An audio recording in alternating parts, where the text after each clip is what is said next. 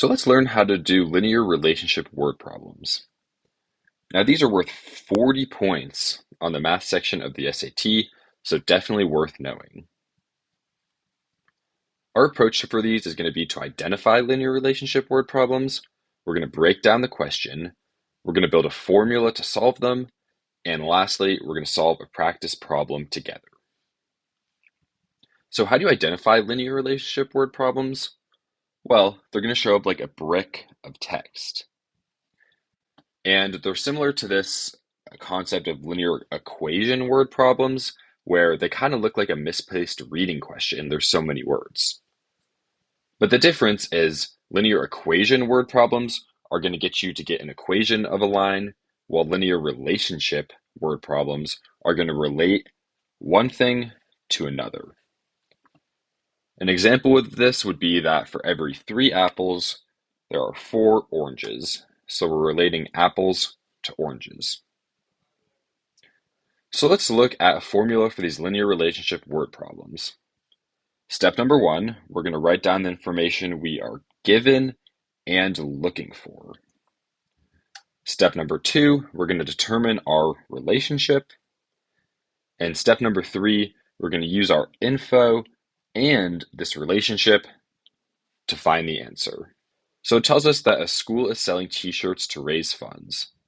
They bought the t-shirts for $8 and are selling them for $12, and they want to make a total profit of $200. And then it asks us how many t-shirts do they want to sell. Well, let's write down what we know. So the club buys them for $8 per shirt, and it sells them for $12 per shirt. And what we're looking for is a total profit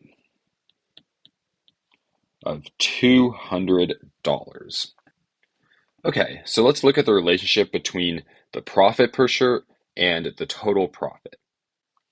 So for each shirt, our selling price is $12 and our cost to buy is $8. And so this gives us a profit of $4 per shirt.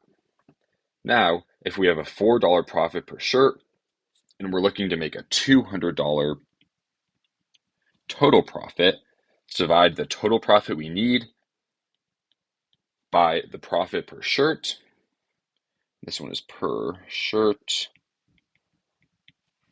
which is going to give us our answer of how many shirts we need total. Here, we need 50 shirts to achieve this total profit of $200. So for these ones, Desmos is generally not as usable because you're not given an equation. But for example, you could make this into an equation if it makes more sense to you. So for example, this last question, you could have done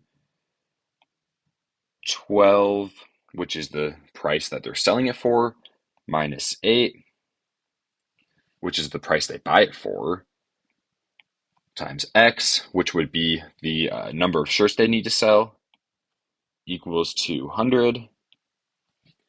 Then now we've turned this into an equation, which you could plug this equation into Desmos, or honestly, you could just solve it by hand, and you'd get the same answer of X equals 50 shirts.